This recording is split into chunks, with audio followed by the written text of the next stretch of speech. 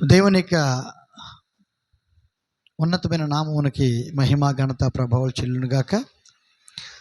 మరి ఈ సమయంలో కొద్ది నిమిషాలు మనం దేవుని యొక్క వాక్యాన్ని ధ్యానం చేసుకుందాం. ప్రియ సహోదరి సహోదరులారా, మరి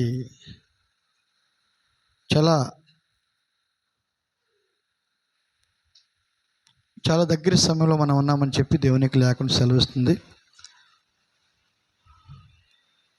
ఆ గడియ, ఆ సమయాన్ని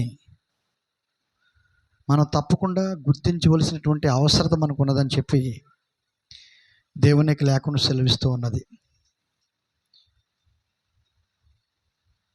అందుకని దేవునికి ప్రవక్త ఆయన ఎంత స్పష్టంగా మాట్లాడుతున్నారంటే,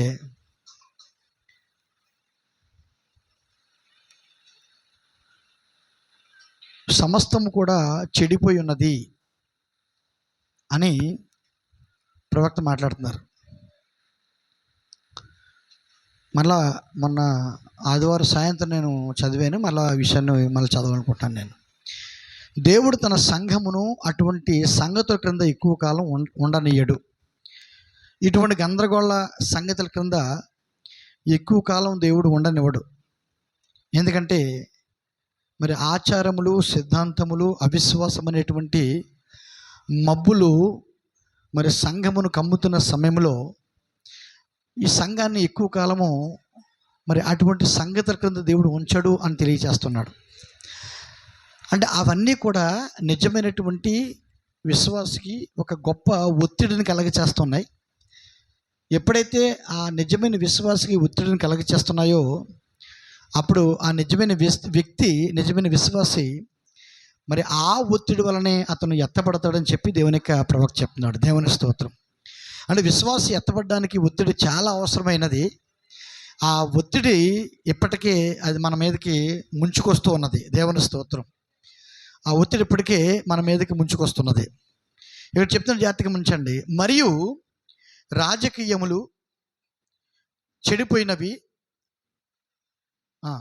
మరియు లోకము చెడిపోయినది, మరియు రాజకీయములు చెడిపోయినవి, మరియు సంఘము చెడిపోయినది. ఏం చెప్తాడు ఆయన?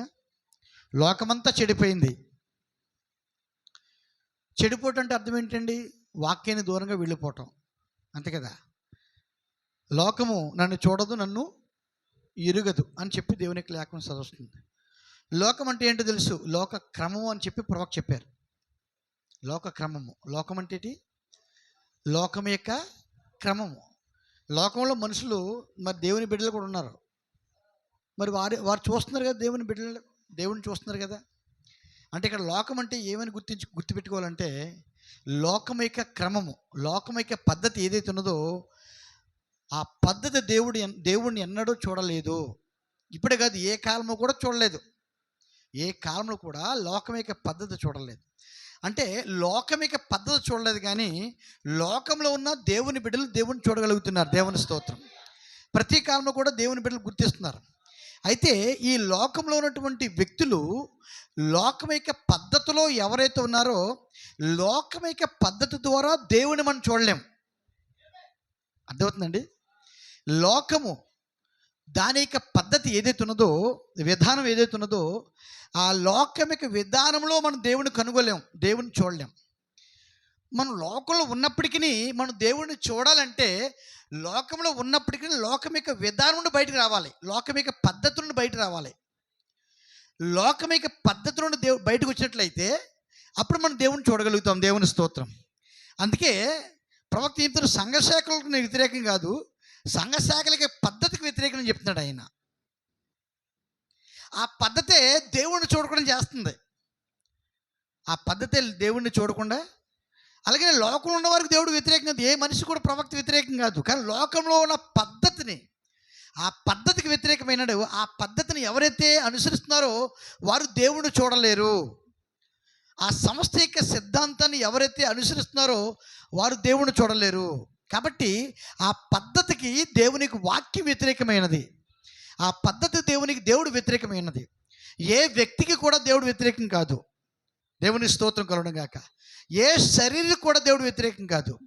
ఎవరికి వ్యతిరేకం అంటే లోకమిక పద్ధతి కానీ లేక సంస్థిక పద్ధతి కానీ చూసారా, దానికి వ్యతిరేకమని చెప్పి దేవుని యొక్క లేఖనం సెలవిస్తుంది. ఎందుకంటే లోక పద్ధతి ఎన్నడూ కూడా దేవుణ్ణి చూడలేదు. అది దేవుని యొక్క పద్ధతికి ఎంతో వ్యతిరేకం ఉంటుంది. లోకానికి దేవుడు, దేవుడు లోకానికి సిలువ వేయబడి ఉన్నారు అంతేనండి. మరి ఒక వ్యక్తి లోకం యొక్క పద్ధతిని అనుసరించినప్పుడు మరి ఆ వ్యక్తికి దేవుడు ఎలా ప్రత్యక్షమవుతాడు? అది అసాధ్యమైన కార్యం. అది నేను లోకాన్ని చూడగలుగుతున్నాను, దేవుణ్ణి చూడగలుగుతున్నాను, లోకాన్ని వెంబడిస్తున్నాను, దేవుణ్ణి వెంబడిస్తున్నాను అన్నట్లయితే అతను అబద్ధం ఆడుతున్నాడు. దేవుని స్తోత్రం కలుగును గాక. కాబట్టి ఆ పద్ధతులను మనం బయటకు వచ్చినప్పుడు మాత్రమే మనం దేవుణ్ణి చూడగలుగుతాం. అందుకని ప్రవక్త అంటే లోకము చెడిపోయిందని చెప్పాడు ప్రవక్త. లోకము చెడిపోయింది. రెండోది, రాజకీయములు చెడిపోయాయి. ఏం చెడిపోయండి? రాజకీయాలు చెడిపోయాయి. మనం చూస్తున్నాం, చూసారా. మరి ఎవరు ఇప్పుడు ఏ పార్టీలో ఉన్నారో కూడా వినలేదు. ఇప్పుడు 40 సంవత్సరాలు ఒకే పార్టీలో ఉండి జీవితం అంతా గడిపి ఇప్పుడు సడన్గా మారిపోతున్నారు ఇంకో పార్టీలోకి. 40 సంవత్సరాలు వారి తల్లు, తండ్రులు, తాతలు అందరూ కూడా ఆ పార్టీలో ఉండి ఇప్పుడు పదవి కోసమో లేదా ఎమ్మెల్యే టికెట్ కోసమో ఎంపీ టికెట్ కోసమో క్షణమాత్రం మారిపోతున్నారు వాళ్ళు. అంటే రాజకీయం పూర్తిగా ఏమైపోయింది? చెడిపోయింది. రాజకీయం పూర్తి. మరి ఆ రాజకీయాన్ని అనుసరించి వారు మరి ఎలా దేవుని చూడగలుగుతారు? రాజకీయం చెడిపోయింది, రాజకీయం యొక్క పద్ధతి చెడిపోయింది. మరి అటువంటి పద్ధతిని అనుసరించేవాడు దేవుని కుమారుడని చెప్పుకుని మరి ఎలా దేవుని చూడగలుగుతాడు? అంటే ఆ రాజకీయాన్ని కూడా మనం విడిచిపెట్టాలి, లోకాన్ని విడిచిపెట్టాలి, ఆ రాజకీయమును కూడా మనం విడిచిపెట్టాలి.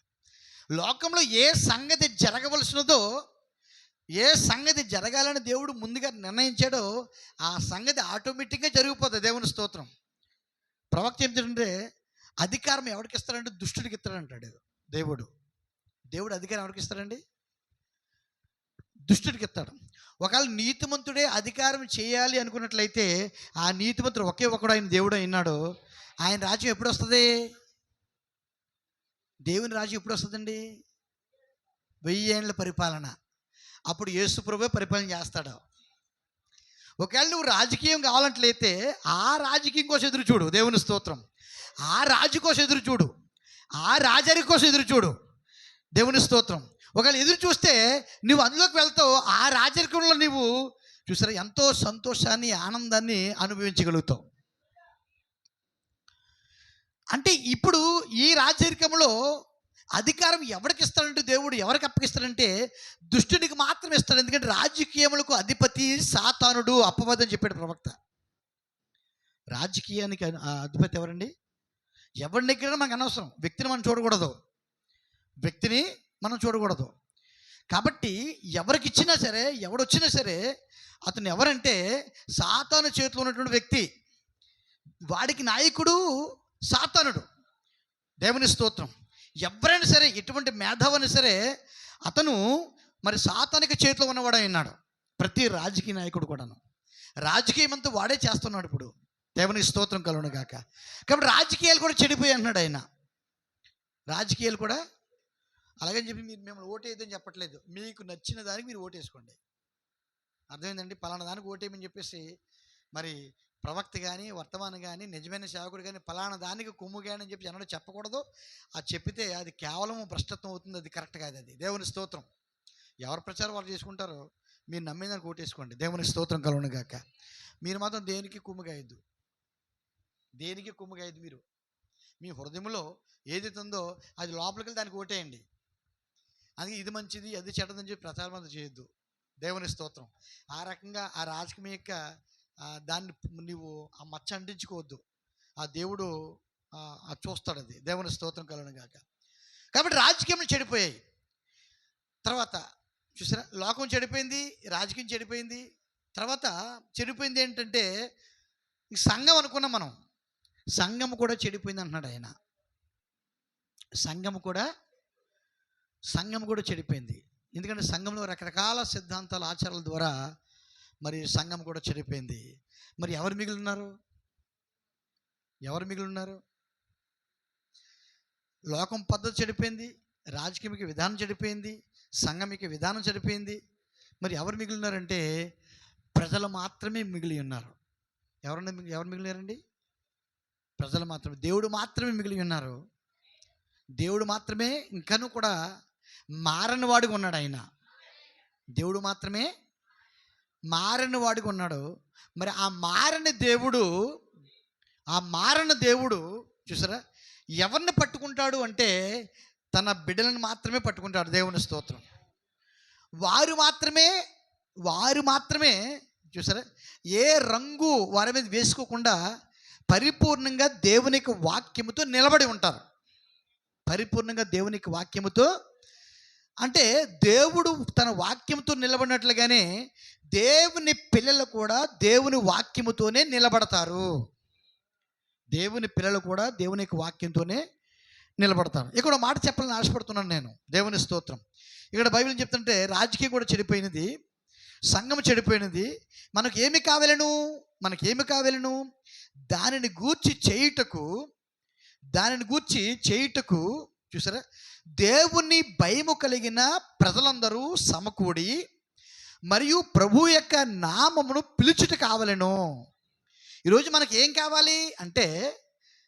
కావాలంటే దేవునికి నామమును పిలుచుటకు, దేవుని స్తోత్రం, దేవునికి నామమును పిలుచుటకు చూసారా, దేవుని భయము కలిగిన ప్రజలు ఒక చోట కూడుకుని సహవాసం చేసి దేవుని పిల్లాలంటున్నాడు ఆయన. దేవుని స్తోత్రం. ఎవరిని పిల్లాలండి? దేవుణ్ణి పిల్లాలి.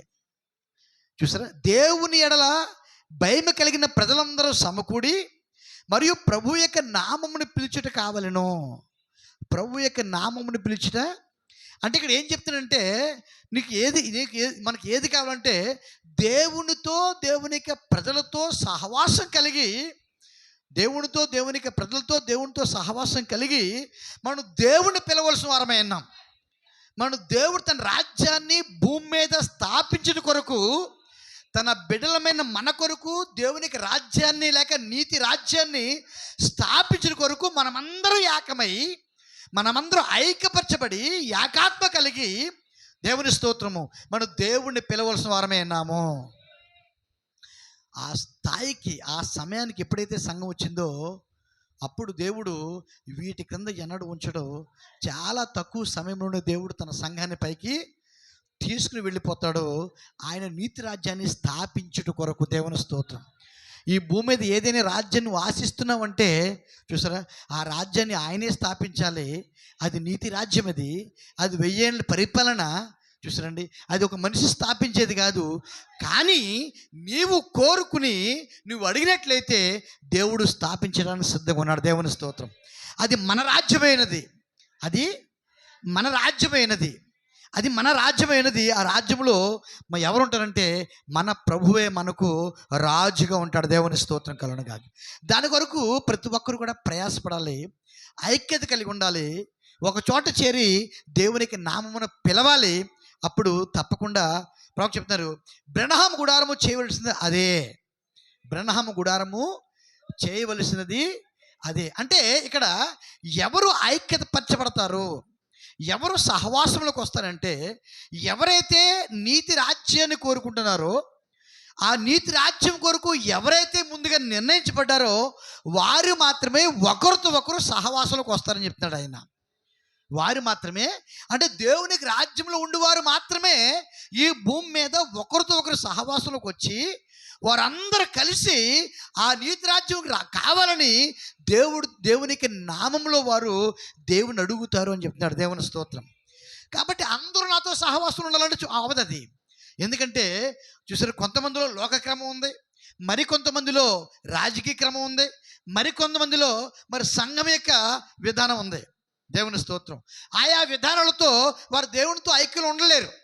చూసారా, మనం దేవుడితో ఐక్యంలో ఉండగలగాలంటే అది కేవలం దేవునికి వాక్యం ద్వారా మాత్రమే. అది కేవలం మనం పరిశుద్ధాత్మను కలిగి ఉన్న ద్వారా మాత్రమే మనం దేవునితో ఐక్యత.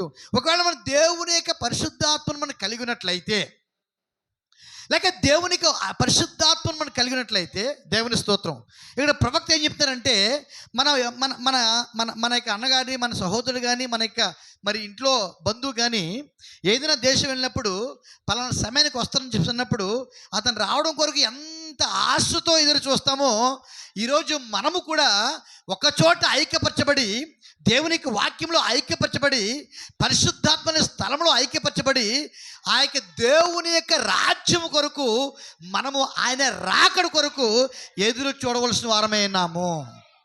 ఇక్కడ ప్రవక్త ఏంటంటే ఎవరు ఎదురు చూస్తారు అంటే ఇష్టపడిన వారు మాత్రం ఎదురు చూస్తారు. దేవుని స్తోత్రం. ఎవరు ఎదురు చూస్తారు? ఇష్టపడిన వారు మాత్రమే ఆయన కోసం ఎదురు చూస్తారు. చూసారా ఎలా ఎదురు చూస్తారంటే సిద్ధపాటుతో ఎదురు చూస్తారు. ఎలా ఎదురు చూస్తారండి? సిద్ధపాటుతో ఎదురు చూస్తారు. దేవుని స్తోత్రం కలుగును గాక. అంటే సిద్ధపాటుని కలిగి ఉంటారు.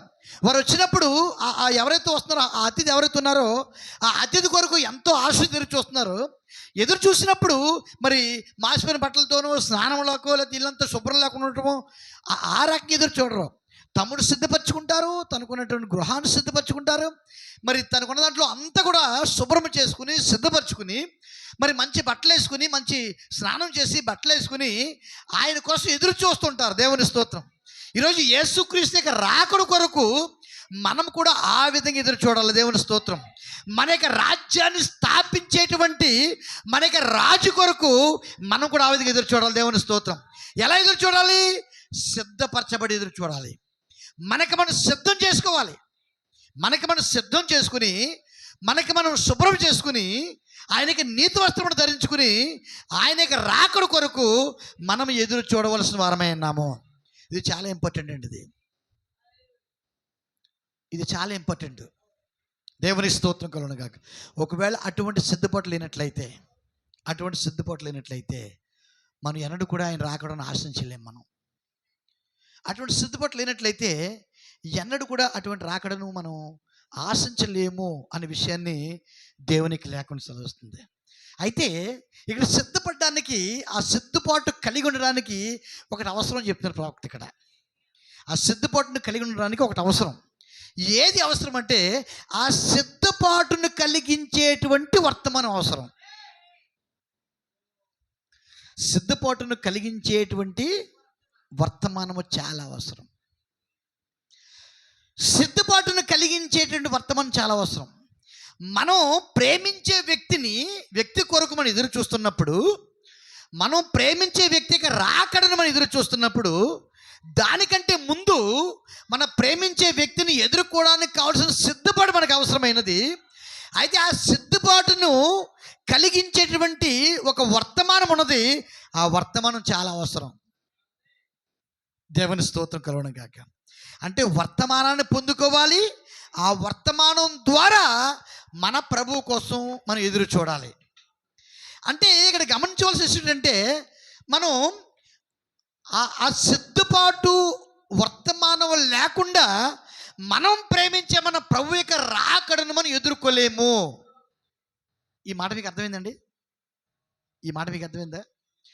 మనం ప్రభువుని ప్రేమిస్తున్నాం. మనం ప్రభు యొక్క ప్రజలుగా, ప్రభు యొక్క మరి కుమారులుగా, కుమార్తెలుగా ఆయన రాకడను ప్రేమిస్తున్నాం. ఎందుకు ఆయన వస్తున్నాడంటే ఈ భూమి మీద నీతి రాజ్యాన్ని స్థాపించిన కొరకు వస్తున్నాడు. ఆయన ఈ భూమి మీద నీతి రాజ్యమును స్థాపించిన కొరకు వస్తున్నాడు. నిజానికి ఆయన 2000 సంవత్సరాల క్రితం వచ్చాడు. ఆయన 2000 సంవత్సరాల క్రితమే వచ్చాడు. 2000 సంవత్సరాల క్రితం వచ్చినప్పుడు 2000 సంవత్సరాల క్రితం వచ్చినప్పుడు ఎవరి కోసం వచ్చాడు? ఆయన తన ప్రజల కోసం వచ్చాడు. ఆయన 4000 సంవత్సరాలు బట్టి ఎదురు చూస్తున్నటువంటి తన యొక్క బిడ్డల కోసం ఆయన వచ్చాడు. దేవుని స్తోత్రం. నా ప్రజలు ఎంతో ఎదురు చూస్తున్నారు నా కోసం, మెస్సియాగా నేను వెళ్తానని చెప్పి, ఆ రోమా సామ్రాజ్యం నుండి వారిని విడుదల చేస్తానని చెప్పి, ఆ బంధకాల నుండి, రామాయక మరి ఇనుప కట్ల నుండి నేను విడుదల చేస్తానని చెప్పి అని నా ప్రజలు ఎదురు చూస్తున్నారు. కాబట్టి నా ప్రజల కొరకు నేను వెళ్తాను. చూసారా, మా రాజు వస్తాడు, మా ఇమ్మానుయేల్ వస్తాడు, మా ప్రవక్త వస్తాడు, మా మెస్సియా వస్తాడు, మా కొరకు మమ్మల్ని విడుదల చేసి మా కొరకు ఒక నీతి రాజ్యాన్ని మా కొరకు స్థాపిస్తాడు. ఆయనే మా రాజుగా ఉంటాడు, మేము ఆయన ప్రజలుగా ఉంటామని చెప్పేసి ఆనాడు ఇశ్రాయేలు అందరూ కూడా 4000 సంవత్సరాల నుండి దరిదాపుగా 4000 సంవత్సరాల బట్టి ఎదురు చూశారు. వాస్తవమేనండి. 4000 సంవత్సరాలు ఎదురు చూశారు వాళ్ళు.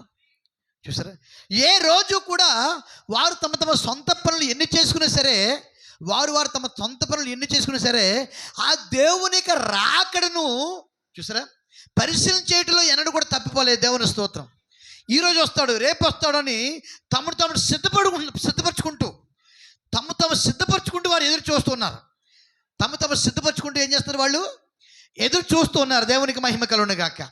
అంటే తమ రాకడ సిద్ధపరచుకుంటూ ఎదురు చూస్తూ ఆయన కోసం ఎదురు చూస్తున్నప్పుడు ఆయన అనుకున్నట్లుగానే వారు కోరినట్లుగానే వారి కొరకు ఒక రాజ్యాన్ని స్థాపించిన కొరకు తమ సొంత రాజే శరీరమును దాల్చి ఆయన భూమి మీదకి వచ్చాడు. దేవుని స్తోత్రం కలుగును గాక. అయితే ఆ 7వ ముద్ర చాలా సామాన్యంగా బయలుపరచబడింది. రాకడంటే 7వ ముద్ర అయినది. 7వ ముద్రే యేసుక్రీస్తు యొక్క దేవుని యొక్క రాకడ అయినది.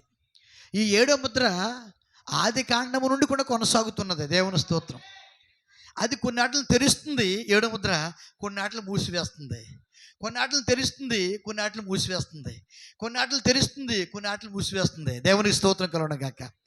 కాబట్టి ఈ ఆది కాండము నుండి కూడా 7వ ముద్ర మరి జరుగుతున్నది.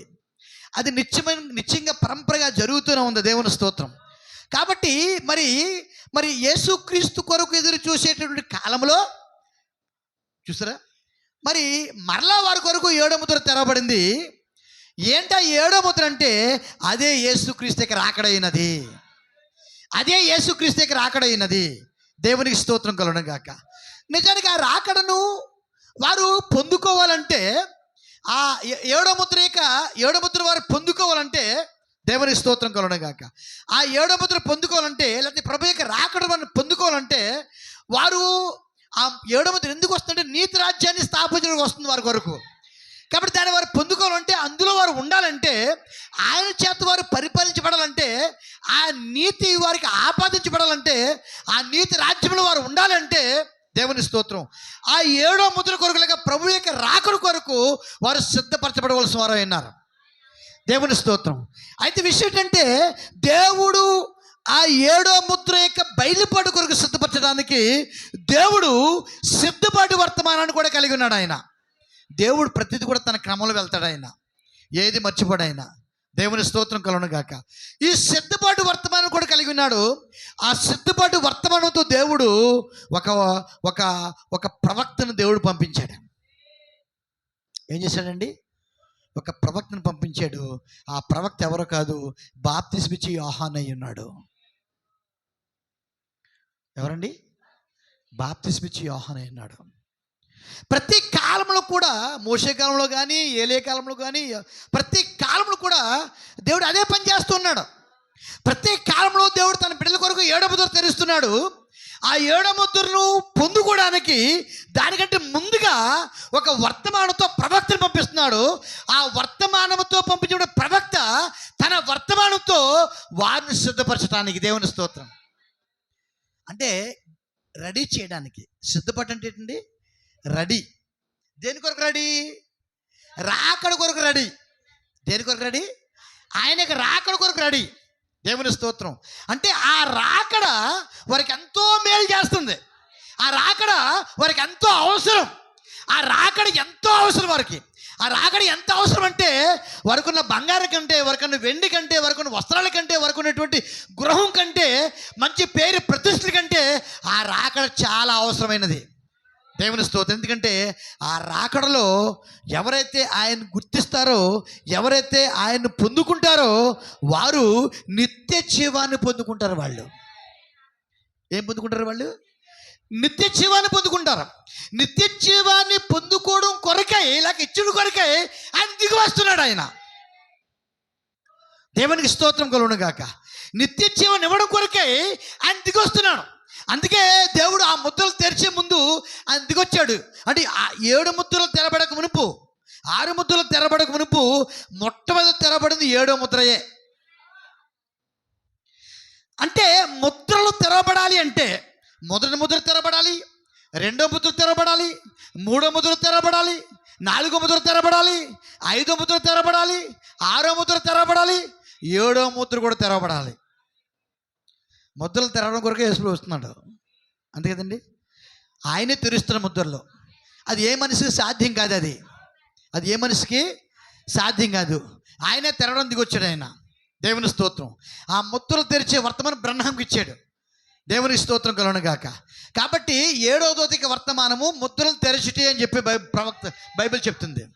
7వ దూతకి వర్తమానం ఏంటండి? ముద్రలు తెరుచుటే ఆయనకి వర్తమానమైనది. మరి ముద్రలు తెరవాలంటే తెరిచేవాడు ఎవరు? గొర్రెపిల్ల. తెరిచేది ఎవరండి? ఆ ముద్రలు పగలగొట్టేది ఎవరు? గొర్రెపిల్ల. గొర్రెపిల్లయే ముద్రలు పగలగొట్టాలి. బ్రేక్ చేయడం అంటారు దాని ఇంగ్లీష్లో. ఆ ముద్రలు బ్రేక్ చేయాలంటే లేక పగలగొట్టాలంటే గొర్రెపిల్ల రావాల్సి ఉన్నది. దేవుని స్తోత్రం. అంటే ఆ ముద్రలన్నీ తెరబడాలంటే ఆ గొర్రెపిల్ల రావాలి, ఆ ముద్ర పగలగొట్టాలి. దేవుని స్తోత్రం. ఆ గొర్రెపిల్ల ఏదో కాదు, ఆ గొర్రెపిల్ల రాకడ ఏదో కాదు, అదే 7వ ముద్ర అయినది. అంటే దేవుడు వచ్చిన తర్వాత, యేసుక్రీస్తు వచ్చిన తర్వాత, క్రీస్తు వచ్చి ఆయన్ని ముద్రలు తెరుస్తాడు ఆయన. అంటే ముద్రలు తెరవడానికి క్రీస్తు రావాలి, ముద్రలు తెరవడానికి ఆయన రావాలి. చూసారా? మరి ఆయన రావటాన్నే 7వ ముద్ర అన్నారు. ఆయన రాకడయే. చూసారా? ఆదికి ముందే 7 ముద్రలు తెరిచేస్తే అంతా అయిపోయిన తర్వాత కూడా ఈ 7 ముద్రలు తెరపలేదన్నారు జనం. ముద్రలన్నీ తెరవడం కొరకు ఆయనే 7వ ముద్రలో దిగొచ్చాడు. 7వ ముద్రలో దిగొచ్చాడు ఆయన. 7వ ముద్రగా దిగొచ్చాడు. ఆ మిగతా అన్ని పగలగొట్టడం కొరకు లేక తెరచుడు కొరకు ఆయనే దిగొచ్చాడు. ఆయన దిగొచ్చి మిగతా ముద్రలను తెరిచేశాడు ఆయన. ఆయన దిగొచ్చి అన్ని ముద్రలు తెరిచిన తర్వాత కూడా చూస్తే దెయ్యం ఇంకా ప్రజలు అన్నమిస్తుందంటే 7వ ముద్ర తెరబడలేదు అని మోసం చేస్తూ ఉన్నది. ఆ ముద్రలు తెరవబడాలంటే ఆయన రావాలి కదా. ఆయన రాకుండా ముద్రలు ఎలా తెరవబడతాయి? దేవుని స్తోత్రం. అందుకనే ప్రకటన 10వ అధ్యాయంలో ఆయన దిగి వచ్చాడు. ప్రకటన 10వ అధ్యాయంలో బలిష్ఠ దూతగా ఆయన దిగి వచ్చాడు. ఎలా దిగొచ్చాడు? మేఘము ధరించుకుని క్రీస్తు దిగొచ్చాడు. వచ్చింది ఎవరు? క్రీస్తు. వచ్చింది ఎవరండి? క్రీస్తు అంటే పరిశుద్ధాత్మ. పరిశుద్ధాత్మ బలిష్ఠుని దూతగా దిగొచ్చాడు. పరిశుద్ధాత్మ బలిష్ఠుని దూతగా దిగొచ్చాడు. ఆయనే క్రీస్తు అయినాడు. ఆయన మేఘమును ధరించుకుని ఉన్నాడు. దేవుని స్తోత్రం కలుగును గాక. మేఘమును ధరించుకుని చూసారా? ఆయన రావటంతోనే 7వ ముద్ర తెరవబడింది. అంటే ప్రకటన 10వ అధ్యాయము 7వ ముద్ర తెరబడుటైనది. అంతేనా? ప్రకటన 10వ అధ్యాయము 7వ ముద్ర తెరవబడుటైనది. దేవుని స్తోత్రం. ఇప్పుడు ప్రకటన 10వ అధ్యాయము చూసారా? ఇప్పుడు జరిగిందా? జరగబోతుందా? జరిగిపోయింది. అది జరిగిపోయింది. అది తెరవబడింది. అది 63లోనే ఆయన బలిష్ఠ దూతగా దిగొచ్చాడు. అంటే చూసారండి, ఆ ప్రకటన 10వ అధ్యాయంలో క్రీస్తు దిగి వచ్చాడు. చూసారండి, క్రీస్తు దిగి వచ్చాడు. ఆ దిగి వచ్చినప్పుడు ఆయన చేతిలో ఏముందంటే తెరవబడిన పుస్తకం అన్నది. తెరవబడినటువంటి పుస్తకము అంటే ఆయనే దిగొచ్చాడు 7వ ముద్రగా. ఆ దిగి రావటమే 7వ ముద్ర అయినది. ఆయన వచ్చి మిగతా ముద్రలన్నీ కూడా తెరిచేశాడు ఆయన. దేవుని స్తోత్రం. మిగతా ముద్రలన్నీ కూడా ఆయన తెరిచేశాడు. ప్రవక్త చెప్తానంటే ఇక్కడ జాగ్రత్తగా గమనించండి. ఎప్పుడైతే నక్షత్రములకి సమూహం ఏర్పడిందో, ఎప్పుడైతే వింటున్నారా అందరూ? ఎప్పుడైతే నక్షత్రములకి సమూహం ఏర్పడిందో అప్పుడు మనము అప్పుడు భూమి మీద ఒకటి జరుగుతున్నది అనే విషయాన్ని గుర్తించాలి. ఎప్పుడైతే నక్షత్రములకి సమూహం ఏర్పడిందో, ఆకాశంలో నక్షత్రములకి సమూహం ఏర్పడిందో అప్పుడు భూమి మీద గొప్ప కార్యం జరుగుతుంది. భూమి మీద గొప్ప కార్యము జరుగుతుంది. దాన్ని మనం చూడవలసిన వారమే అన్నాం. దానిని మనం గుర్తించవలసిన వారమే అన్నాం. ఏంటా గొప్ప కార్యం అంటే ఆ ఆకాశంలో నక్షత్రములకి సమూహం ఏర్పడినప్పుడు ఈ భూమి మీద క్రీస్తు ప్రత్యక్షమవుతున్నాడు. ఎవరు ప్రత్యక్షమవుతున్నాడండి? క్రీస్తు ప్రత్యక్షమవుతున్నాడు. అంటే క్రీస్తు ప్రత్యక్షం అవడానికి ముందు, సంఘానికి క్రీస్తు ప్రత్యక్షం కావడానికి ముందు ఆకాశంలో గొప్ప సూచన జరుగుతున్నది. ఆకాశంలో ఏం జరుగుతుందండి? గొప్ప సూచన జరుగుతుంది. ఏంటి ఆ సూచన అంటే, కొన్ని నక్షత్రములు ఆ క్రమంలోకి వచ్చి ఒక కూటమిగా ఏర్పడుతున్నాయి. దేవుని స్తోత్రం. ఆ కూటమిగా ఏర్పడినప్పుడు ఆ ఆకాశ సూచన చూసినప్పుడు భూమి మీద దైవికంగా ఏదో జరగబోతుందనే విషయాన్ని గుర్తించాలి. అది ఏదో కాదు, కానీ అది నీ యొక్క 7వ ముద్ర అయినది. అది మన యొక్క 7వ ముద్ర అయినది. ఆ 7వ ముద్ర అది కాదు, అది మన యొక్క 7వ ముద్ర. అది మన కొరకు ప్రభు యొక్క రాకడైనది. అది మన కొరకు, వ్యక్తిగతంగా నీ కొరకు, వ్యక్తిగతంగా నా కొరకు అది ప్రభు యొక్క రాకడైన. దేవుని స్తోత్రం. ఆ సూచన లోకం తృణీకరించవచ్చు, ఆ మనసుకు మనకి బయలుపడి ఆ లోకం తృణీకరించవచ్చు. ఆ 7వ ముద్ర లోకం చూడకపోవచ్చు, అది పొగ లేకపోతే ఏదో అనుకోవచ్చు. కానీ ఎవరైతే ఎదురు చూస్తున్నారో, ఎవరైతే నిర్ణయించబడ్డారో, ఎవరైతే దేవునికి బిడ్డలైనారో, ఎవరైతే నిత్యజీవం కొరకు నిర్ణయించబడ్డారో వారికి చూసారండి, అది 7వ ముద్ర తెరబడుటైనది. దేవుని స్తోత్రం కలుగును గాక. అందుకే యేసుక్రీస్తు జన్మిస్తున్నప్పుడు ఆకాశంలో కొన్ని నక్షత్రాలు ఏకముగా కూడున్నాయి. ఆకాశంలో కొన్ని నక్షత్రములు ఏకముగా కూడి ఉన్నాయి. ఎప్పుడైతే ఏకముగా కూడి ఉన్నాయో అప్పుడు భూమి మీద ఒక గొప్ప కార్యం జరిగింది. ఇక్కడ భూమి మీద ఒక గొప్ప కార్యం జరిగింది. ఏంటి ఆ కార్యం అంటే లోక రక్షకుడు జన్మించాడు భూమి మీద. ఎవరు జన్మించారు? లోక రక్షకుడు భూమి మీద జన్మించాడు. ఎలా జన్మించాడు? శిశువు రూపంలో జన్మించాడు. ఆయన ఎలా జన్మించాడండి? శిశువు రూపంలో శిశువుగా జన్మించాడు. ఈ శిశువు కోసమే యెషయా ప్రవచించాడు. యెషయా ప్రవచించి నరబట్టి ఆ పాత భక్తులందరూ ఎదురు చూశారు. ఒకవేళ దాన్ని వారు పొందుకున్నట్లయితే అక్కడే వారి కొరకు యేసుక్రీస్తు నీతి రాజ్యాన్ని స్థాపించి ఉండేవాడు ఆయన. దేవునికి స్తోత్రం కలుగును గాక. చూసారా? కానీ ఆ రాకడను వారు గుర్తించలేకపోయారు. ఆ రాకడను వారు ఎందుకు గుర్తించలేకపోయారంటే ఆ రాకడ కొరకు సిద్ధపరిచిన వర్తమానాన్ని కూడా వారు గుర్తించలేదు. వాళ్ళు, నా మాట మీకు అర్థమవుతుందండి? ఆ రాకడ కొరకు సిద్ధపరిచేటువంటి వర్తమానాన్ని కూడా లేఖనాలు బోధించవచ్చు, ప్రవక్తలు రాయొచ్చు, వ్రాయబడిన గ్రంథంలో అనేకమైన ప్రవచనలు ఉండొచ్చు.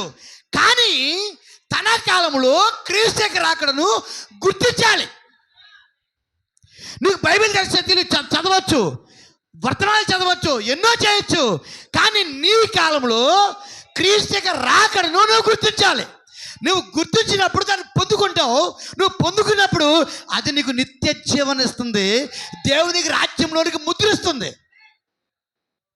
ఏం చేస్తుంది? అది దేవునికి రాజ్యంలోనికి ముద్రిస్తుంది.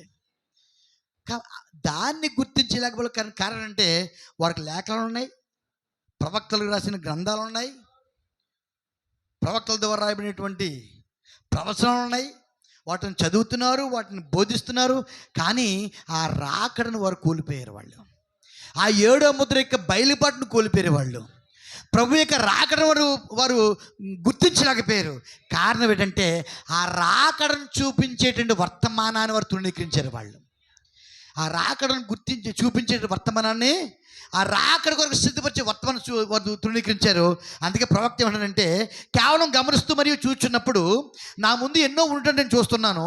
మనము ఇక్కడ ఎంత కష్టపడగలమో అను దానిని గురించి ఆలోచించినప్పుడు సంఘం ఏ విధంగా పోవచ్చున్నదని, ప్రజల యొక్క విలువలను వారు ఏ విధంగా విడిచిపెట్టారో, జీవించుటకు వారిని ఏ విధంగా విడిచిపెట్టుచున్నారు, మరియు ర్యాక్ అండ్ రోల్ సంగీతములకు మరియు నాట్యములకు వెళ్ళుచు, మరియు వారికి నచ్చిన విధముగా దుస్తులు ధరించుచు, మరియు ప్రతిదీ మరియు ఇంకనూ ఆ విధముగానే కొనసాగుచున్నారు.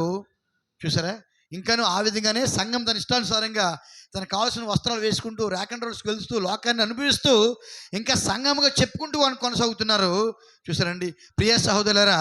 అయితే ప్రవక్తున్నారు ఇక్కడ అవన్నీ ఎందుకు జరుగుతున్నాయంటే అక్కడ రాజీ పడుచున్న ప్రసంగికులు ఉన్నారు కాబట్టి అంటున్నాడు ఆయన.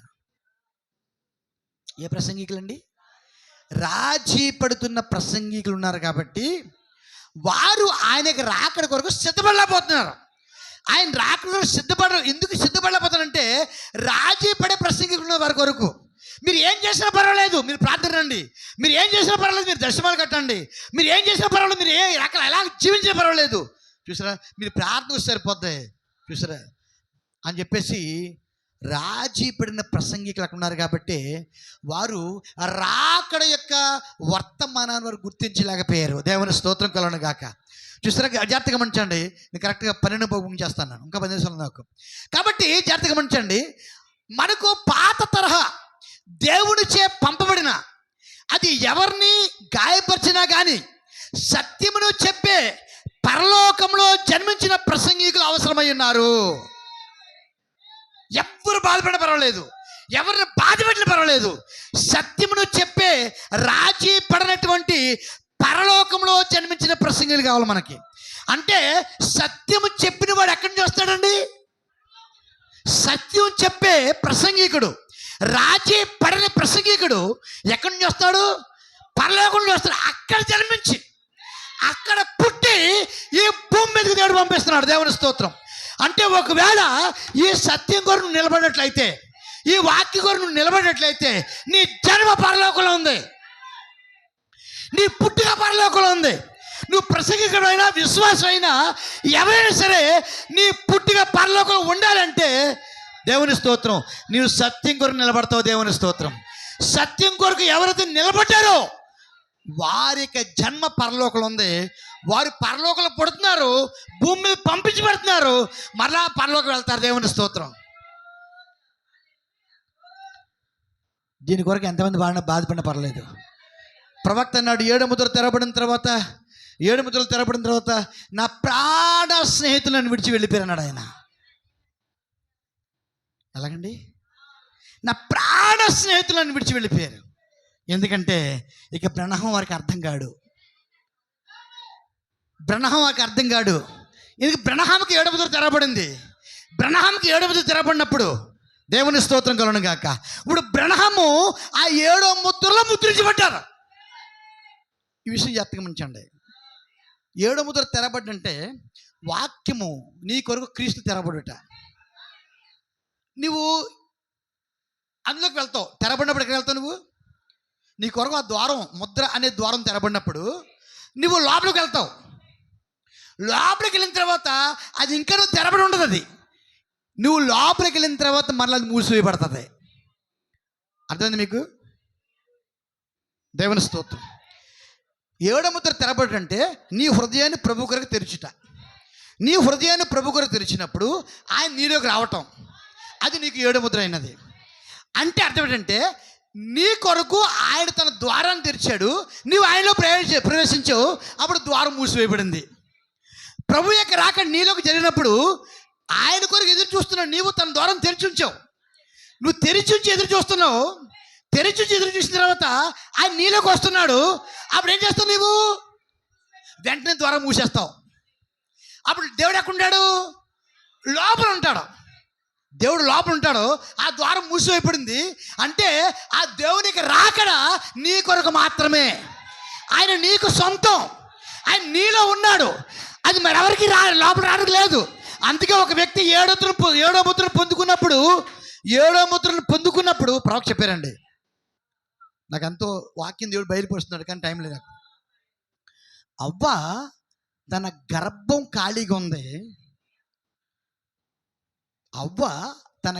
ఖాళీగా ఉంది. అంటే తెరిచుంచింది ఎవరి కోసం అంటే నిజానికి ఆదాము కోసం. ఎవరి కోసం అండి? ఆదాము అవ్వను కలుసుకోవడానికి కొంత సమయం దేవుడు నిర్ణయించాడు. ఆ సమయానికి ముందే సాతానుడు వచ్చి లోపలికి వచ్చేసాడా? దేవుని స్తోత్రం. అంటే సాతాను చేత గర్భం ధరించింది ఆమె. సాతాను చేత ఏమైంది? గర్భం. అలాగే దేవుడు చెప్తున్నట్టు ఎప్పుడు యేసుక్రీస్తు యొక్క వధువు తన గర్భాన్ని తెరిచింది. ఎందుకంటే యేసుక్రీస్తు కొరకు. దేవుని స్తోత్రం. ఎందుకండి? యేసుక్రీస్తు కొరకు. చూసారా? కాబట్టి తన గర్భం తెరిచి యేసుక్రీస్తు ఎదురు చూస్తుంది. ఎప్పుడైతే ఎదురు చూస్తుందో యేసుక్రీస్తు వచ్చి లోపల ప్రవేశించాడు, తన విత్తనం లోపల పెట్టాడు, ఆ పుస్తకాన్ని లోపల పెట్టాడు. ఎప్పుడైతే పెట్టబడిందో ఆ గర్భం మూసివేయబడింది. ప్రవక్త చెప్తున్నారు, ఇంకెన్నడూ ఆమె అపవిత్రం చేయబడదు. ఎందుకంటే ఇప్పటికే వాక్యము అనే విత్తనము ఆమె గర్భంలో ఉందన్నాడు ఆయన. మొదటిగా ఏ విత్తనం లోపలికి వెళ్తే అదే, మొదటిగా ఏ విత్తనం లోపలికి వెళ్తే అదే. దేవుని స్తోత్రం. కాబట్టి ఇప్పుడు అక్కడైతే అవ్వ సాతానికి అవకాశం ఇచ్చింది, ఎక్కడైతే ప్రవక్తున్నాడో ఎన్నడూ వధువు సాతానికి అవకాశం ఇవ్వదు. తన ప్రియుడి కోసం చూస్తుంది. ఆయన ప్రియుడు దిగొచ్చినప్పుడు ఆ విత్తనాన్ని విత్తినప్పుడు విత్తనం మీద కాదు, 7 ముద్దులేక ప్రత్యక్షత అనే గ్రంథం, దేవుని స్తోత్రం, అది ఎవరైతే తమ హృదయం తెరిచి ఎదురు చూస్తున్నారో ఆ గ్రంథాన్ని వారిలో పెడతాడు. ఆ గ్రంథాన్ని వారిలో పెట్టడంగా విత్తనం వారిలో పెట్టడం, విత్తనం వారిలో పెట్టడంగా ఆయనే వారిలోకి దిగి రావటం అయినది. ఆయనే వారిలోకి. ఇప్పుడు విత్తనం ఎక్కడ ఉంది? విత్తనం ఎక్కడ ఉంది? మన లోపల ఉంది. జీవం ఎక్కడుంది? మన లోపల ఉంది. ఇప్పుడు అది ఏం చెప్పింది? మళ్ళీ క్లోజ్ అయిపోయింది, మళ్ళీ ముద్రించబడిపోయింది. దేవుని స్తోత్రం. ఇప్పుడు దేవుడు మనలో ఉన్నాడు. అప్పుడు మనల్ని ముద్రించేశాడు ఆయన.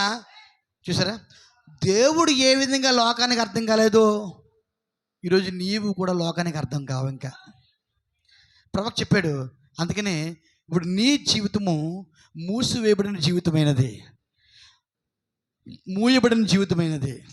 దేవుని స్తోత్రం. కాబట్టి లోకం నేను అర్థం చేసుకోలేదని చెప్పాడు ఆయన. అందుకే ప్రవక్త అన్నాడు, 7 ముద్రల గ్రంథం తెరవబడిన తర్వాత నా ప్రాణ స్నేహితులు బయటకు వెళ్ళిపోయారు. ఇప్పుడు జాగ్రత్తగా గమనించండి. ఇప్పుడు ఎవరైతే తన ప్రాణ స్నేహితులు ప్రవక్తను విడిచిపెట్టి వెళ్ళిపోయారో ప్రవక్త ఇప్పుడు వారు కూడా పరిగెడతలేదండి. అయ్యా నన్ను ఎందుకు అబద్ధం చేసుకుంటున్నారు, నాతో ఎందుకు రావట్లేదు, నాతో మీరు ఎందుకు సమ్మతించట్లేదు, నాతో మీరు ఎందుకు నడుస్తలేదు, నాతో ఎందుకు మీరు ఏం చేయట్లేదు అని వారు కూడా పరిగెట్టలేదండి. ఎందుకంటే దేవుడు లోపలికి వచ్చాడు. దేవుడు ఎప్పుడైతే లోపలికి వచ్చాడో ఇప్పుడు దేవుని యొక్క క్రమము, దేవుని యొక్క విధానము, వాక్యం యొక్క పద్ధతి వారికి అర్థం కావట్లేదు, వారికి నచ్చట్లేదు, వారు ఇష్టపడతలేదు. ఎందుకంటే వాక్యం నేరుగా దిగొచ్చేసింది మనసులోకి. వాక్యం ఎప్పుడు సరైన దాచిందో చూసారు, అప్పుడు వారు ప్రాణ స్నేహితులైనా సరే వారు కూడా వాక్యమికి సంబంధించి ఇంతో ఉంటారు. దేవునికి స్తోత్రం కలుగును గాక. అంటే ఇక్కడ రాకడ ఎక్కడ ఎవరు జరిగిందంటే బ్రహ్నాహం గారికి జరిగింది తప్ప వారికి జరగలేదు. ముద్ర 7 ముద్ర ఎవరో తెరబడిందంటే బ్రహ్నాహం గారికి తెరబడింది తప్ప వారికి తెరబడలేదు. వారు స్నేహితులు ఉండొచ్చు. ఇప్పుడు జాగ్రత్తగా ఉంచండి. ఇప్పుడు బ్రహ్నాహం గారు ఆయనకి సమయం అంతా కూడా ఎవరితో గడుపుతున్నాడు? ఎవరితో గడుపుతున్నాడు? ఆయనలో ఉన్నవానితో గడుపుతున్నాడు. ఆయనలో ఉన్నవానితో గడుపుతున్నాడు. ఆయనలో ఉన్న తన స్నేహితులు కూడా పరిగెడతలేదు, ఇంకా తన స్నేహితులు కూడా పరిగెడతలేదు. చూసారా, ఇప్పుడు ఆయనతో ఉన్న వారితో గడుపుతున్నాడు. దేవుని స్తోత్రం. ప్రియ సోదరు, విషయం చెప్పాలనుకుంటున్నాను. ఈరోజు మన సమయాన్ని ఎవరితో గడపాలంటే కేవలము దేవునితో మాత్రమే గడపాలి. నువ్వు పరిశుద్ధాత్మ కలిగి ఉంటే నీ సమయాన్ని దేవునితోనే గడుపుతావు. నీ సమయం మనుషులతో వ్యర్థం చేస్తున్నావా? నీ సమయం దేవునితోనే అర్థం చేస్తున్నావా? ఇంకా పరిశుద్ధాత్మకి సిద్ధపడి నీకు లేదని అర్థం. కాబట్టి ఒకవేళ మనుషులతో గడిపితే అది వ్యర్థం అవుతుంది. ఒకవేళ దేవుడు నీలో ఉంటే నీ సమయం అంతా దేవునితోనే గడుపుతావు. అవునండి, మన సమయం అంతా కూడా దేవునితో గడపాల్సిన సమయం ఇది, మనుషులతో గడపాల్సిన సమయం కాదండి. మనుషులను ప్రేమించాలి, వారి పట్ల దయ కలిగి ఉండాలి, వారి పట్ల ప్రేమ కలిగి ఉండాలి, వారి పట్ల ఎటువంటి చెడు భేదం లేకుండా ఉండాలి. కానీ నీ సమయం వారితో గడపడానికి వీలు లేదు. నీ సమయం నీ దేవునితో గడపాల్సిన వాడమే అన్నావు. వారిని ప్రేమించు, వారిని ద్వేషించొద్దు, కానీ నీ సమయం దేవుడితో గడపాలి. యెహోషువ అన్నాడు, నేనును నా ఇంటి వారును యెహోవాను మాత్రమే ఆ సమయానికి వచ్చేప్పుడు మనం నీ కుటుంబాన్ని నీవు సిద్ధపరచుకుంటూ నీ కుటుంబాన్ని సిద్ధపరచుకో. నీవు సిద్ధపరచుకుంటూ నీ బిడ్డలను సిద్ధపరచుకో. నీవు సిద్ధపరచుకుంటూ నీ భార్యను సిద్ధపరచుకో. నువ్వు సిద్ధపరచుకుంటూ నీ పిల్లల్ని సిద్ధపరచుకో. అందుకొరకు సమయాన్ని కేటాయించి నువ్వు వీధిలో నీ సమయాన్ని గడపద్దు, ఎక్కడ నీ సమయాన్ని గడపడదు. అందుకే ప్రవక్త ఏం చేశాడంటే, తను ముద్దులు ప్రకటించినప్పుడు కూడా ఆయన ఏ పని కొరకైతే బయటికి వెళ్ళాడో ఆ పనికి బ్యాంక్ పని వెళ్ళి వచ్చేసి మళ్ళీ రూమ్లోకి వచ్చి నేను దేవుడితోనే గడిపాను అని చెప్పాడు ప్రవక్త. దీపం లేకుండా, లైట్ లేకుండా 7 దినాలు నేను దేవునితోనే గడిపాను అంటున్నాడు ఆయన. దేవుని స్తోత్రం. అప్పుడే 7 ముద్దులకి బయలుపడ పొందుకున్నాడు ఆయన. ఆ దూత వచ్చి అప్పుడే బయలుపరిచాడు. ఎందుకు? మనం దేవునికి సంగతులు బయలుపరచబడాలంటే మనం దేవునితో సహవాసం చేయాలి. లోకంతో సహవాసం చేస్తే లోకమిక ఆలోచనలోకి వస్తాయి. దేవునితో సహవాసం చేస్తే వాక్యం తెరబడుతుంది. మనకి ఏం తెరబడుతుంది? వాక్యం తెరబడుతుంది. కాబట్టి నువ్వు దేవుడితో కలపాలి, నువ్వు సిద్ధపడాలి, నీ కుటుంబాన్ని కూడా సిద్ధపరచుకోవాలి. దేవుని స్తోత్రం. నేను పడినారు ముగించేద్దాం అనుకున్నాను కానీ అవ్వలేదు. కాబట్టి కొన్ని మాటలు చెప్తాను, జాగ్రత్తగా మంచండి. కాబట్టి ఆ సిద్ధపరిచే వర్తమానాన్ని వారు తృణీకరించారు. కాబట్టి జాగ్రత్తగా మంచండి. ఎవరిని గాయపరిచినా ఆ పరలోకంలో జన్మించే ప్రసంగం మనకు కావాలి. యోహాను వలే అన్నాడు. ఈ యోహాను చూసారండి, ఆ యేసుక్రీస్తు రాకడ కొరకు సిద్ధపరిచేటువంటి వర్తమానమును కలిగి ఉన్నాడు, రాజీ పడని వ్యక్తిగా. దేవుని స్తోత్రం. యోహాను వర్తమానం ఎవరు నమ్మారండి? యోహాను వర్తమానం ఎవరు నమ్మారండి? ఎవరన్నా తీసుకున్నారండి? యోహాను ఎవరినైనా సంతోషపరిచే విధంగా మాట్లాడండి. దేవునికి స్తోత్రం. ఆయన చేతిలో ఆ గొడ్డల చెట్టు నాటబడింది. ఆయన చేతిలో ఉంది. ఫలింపిన ప్రతి చెట్టు కూడా నరకవేయబడి అగ్నిలో వేయబడతారని చెప్పేసి అన్నాడు ఆయన. దేవుని స్తోత్రం. చూసారండి. కాబట్టి వారు యోహాన్ని చూడలేకపోయారు, యోహాను యొక్క వర్తమానం గుర్తించలేకపోయారు. కాబట్టే ఆ నక్షత్రం యొక్క సమూహము ద్వారా ఈ భూమి మీద జరిగినటువంటి యేసుక్రీస్తుకి రాకడ వారు గుర్తించలేకపోయారు. అది మొదటి రాకడ. ఈ మాట చెప్పి ముగిస్తాను నేను. అది మొదటి రాకడ. రెండవ రాకడలో కూడా 1963లో మధ్యాకాశములో దూతల నక్షత్రములు, అక్కడ నక్షత్రములు, ఇక్కడ దూతలనగా నక్షత్రములకి సమూహం జరిగింది ఇక్కడ. దేవుని స్తోత్రం. నక్షత్రములకి కూటమి జరిగింది ఇక్కడ, దూతలకి కూటమి జరిగింది. ప్రవక్త చెప్తున్నాడు చూసారు, 5 సమయంలో అవి 5కు తగ్గకుండా 7కు మించకుండా ఉన్నాయని చెప్పాడు. ఎన్ని? 5కు తగ్గకుండా 7కు మించకుండా. ఆ తర్వాత చెప్పాడు అవి ఎన్నో కాదు 7 అని చెప్పాడు ఆయన. ఎన్ని చెప్పాడండి? 7 అని చెప్పాడు. దేవుని స్తోత్రం. 7 దూతలు, 7 నక్షత్రములు ఎక్కడున్నాయి? ఎందుకు? యేసుక్రీస్తు చేతిలో ఉన్నాయి. యేసుక్రీస్తు కుడి చేతులు ఉన్నాయి. ఈ 7 యేసుక్రీస్తు కుడి చేతులు ఉన్నటువంటి 7 నక్షత్రములు ఆకాశంలో సమూహముగా ఏర్పడినప్పుడు, ఆ 7 దూతలు ఆకాశంలో సమూహంగా ఏర్పడినప్పుడు భూమి మీద ఒక కార్యం జరిగింది. ఏంటి ఆ కార్యం అంటే? భూమి మీద ఒక కార్యం జరిగింది. ఏంటి ఆ కార్యం అంటే? రక్షకుడు భూమి మీద జన్మించడైనది. రక్షకుడు భూమి మీద జన్మించడైనది. రక్షకుడు భూమి మీద. కాబట్టి ఆ ప్రభు యొక్క రాకడను సిద్ధపరచడానికి, ఆ 7 నక్షత్రాల సమూహాన్ని చూపించడానికి, దేవుని స్తోత్రం, దానికి ముందు సిద్ధపరిచే వర్తమానం ఉంది. అది ఏలియా యొక్క వర్తమానము. ఏ వర్తమానం ఉన్నది? అక్కడ ఏలియా యొక్క వర్తమానం 3వ ఏలియా, ఇక్కడ 4వ ఏలియా యొక్క వర్తమానం ఉంది 2వ రాకడికి ముందు. దేవుని స్తోత్రం. 1933లో ఆయన బాప్తీస్తున్నప్పుడు 17వ వ్యక్తి బాప్తీసం తీసుకుంటున్నప్పుడు, దేవుని స్తోత్రం, గొప్ప శబ్దం వచ్చి ఆయన మాట్లాడింది. నా క్రీస్తు యొక్క మొదటి రాకడికి యోహాను పంపించేట్లుగానే క్రీస్తు యొక్క నా 2వ రాకడకు ముందు నిన్ను ఏలిగా పంపిస్తున్నాను అని చెప్పేసి. క్రీస్తు యొక్క 2వ రాకడకు ముందు నిన్ను ఏలియగా పంపిస్తున్నాను అని చెప్పేసి ఆ శబ్దం వినబడింది. అది ఎవరు విన్నారండి? దేవుని స్తోత్రం కలవడం గాక. చూసారండి. కాబట్టి ఇప్పుడు ఏలియా వర్తమానమే ఆ కూటము, ఆ యొక్క ఆకాశంలో కూటమి ఏర్పడుతుంది. ఆ కూటమి ఏర్పడ ద్వారా ప్రభు యొక్క రాకడ జరుగుతుంది. ఆ ప్రభు యొక్క రాకడను ఎదుర్కొండి అని తెలియపరిచే వర్తమానం ఏలియా వర్తమానమైనది. అందుకే ప్రవక్తున్నాడు, ఏలియా వర్తమానం అయిన తర్వాత చూసారా, నేను ఒకవేళ ఆయన కోసం పునాది కడుతున్నాను. నేను ఆయన కొరకు రంగం సిద్ధపరుస్తున్నాను నేను. ఎవరి కోసం? ఆయన కోసం రంగాన్ని సిద్ధపరుస్తున్నాను నేను. ఎవరి కోసం? క్రీస్తు కొరకు. ఎవరి కోసం? బలిసిన దూత కోసం. ఎవరి కోసము? పరిశుద్ధాత్మ కోసము. ఎవరి కోసము? యేసుక్రీస్తు రాకడ కోసం నేను రంగాన్ని సిద్ధపరుస్తున్నాను నేను. దేవుని స్తోత్రం కలుగును గాక. ఏలియా వర్తమానం అదే. పడిపోయిన బలిపీఠం తిరిగి కట్టడమైనది. పడిపోయిన బలిపీఠం తిరిగి ఆ అగ్ని దిగడానికి ముందు, దేవునికి స్తోత్రం, ఆ అగ్నియే ప్రభు దగ్గర రాకడైనది. ఆ అగ్నియే పరిశుద్ధాత్మ దగ్గర రాకడైనది. ఆ అగ్నియే పరిశుద్ధ దగ్గర రాకడైనది. ఆ అగ్ని దిగడానికి ముందు, ఆ ఏడో ముద్ర బయలుపెట్టడానికి ముందు ఆ పడిపోయిన బలిపీఠను కట్టడమే ఏలియా వర్తమానమైనది, ఏలియా పని అయినది. కానీ ఏలియా వర్తమానాన్ని లేక ఏలియాని ఈ లోకం తృణీకరించింది. ఆయనకి చదువు లేదని, 7వ తరగతి చదువుకున్నాడని వాళ్ళ పాస్టర్ గారు చెప్తే, ఆయనకు వచ్చిన కళలు పాస్టర్ గారు చెప్తే ఏమంటుంది తెలుసండి?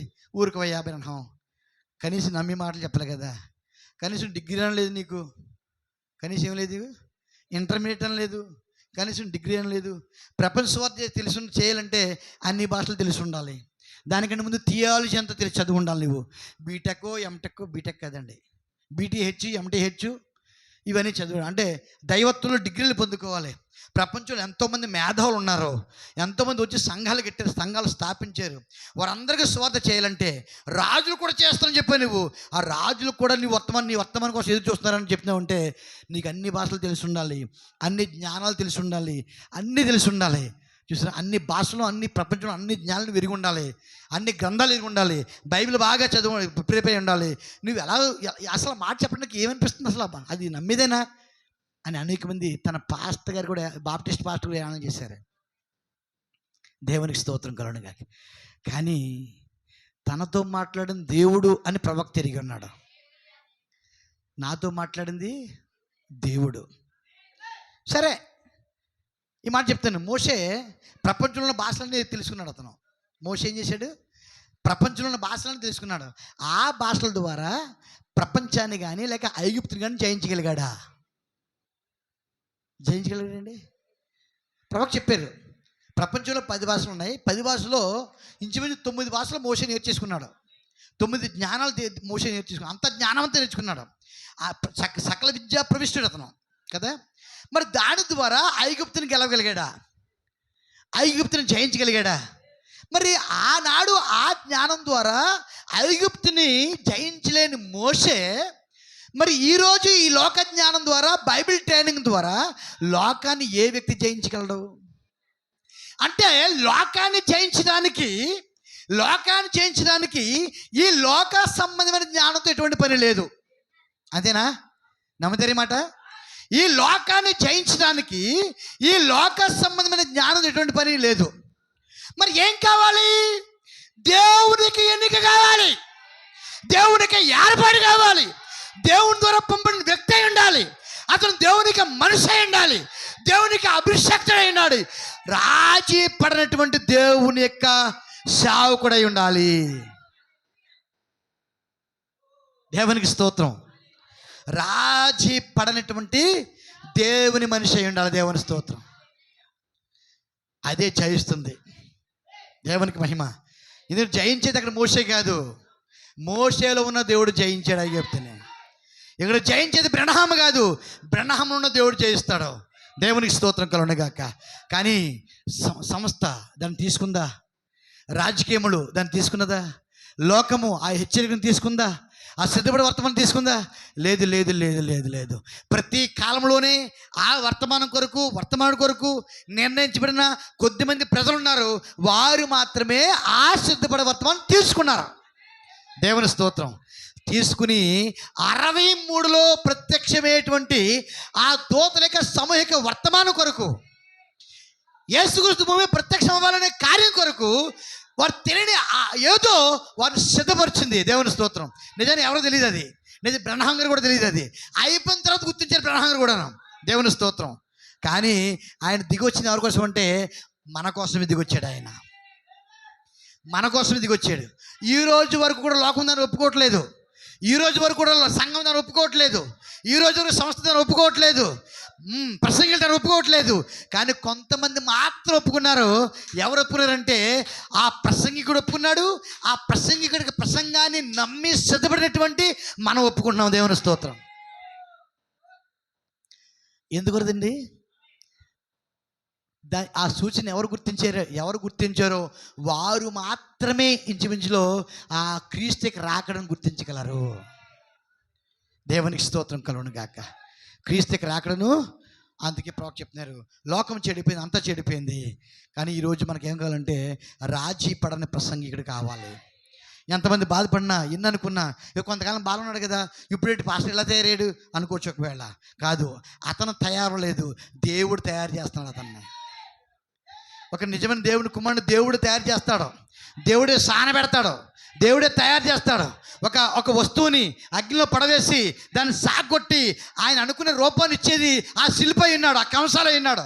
అలాగే దేవుని సేవకుడు కూడా, దేవుని కుమారుడు కూడా దేవుడు ప్రతి దినము ఆ విధంగా ఆయన అనుకునే విధంగా అతను సాగొట్టి ఒక రూపాన్ని తీసుకొచ్చేటట్లు చేసేది ఆయన అయినాడు. దేవుని స్తోత్రం. ఇతరులతో బాగానే మాట్లాడేవాడు, ఇతరులతో కలిసి తిరిగేవాడు, ఇతరులతో అన్నీ చేసేవాడు. ఇప్పుడు అదే చేస్తాను, ఇది చేయను అంటున్నాడు. ఆ వ్యతిరేకంగా మారిపోయాడు. కాదు, అతను మారిపోవడం కాదు, అతనికి అందరితో కలిసి ఉంటుంది. కానీ అతనున్న దేవునికి వాళ్ళను వేరు చేయాలని ఉంటుంది. ఆయన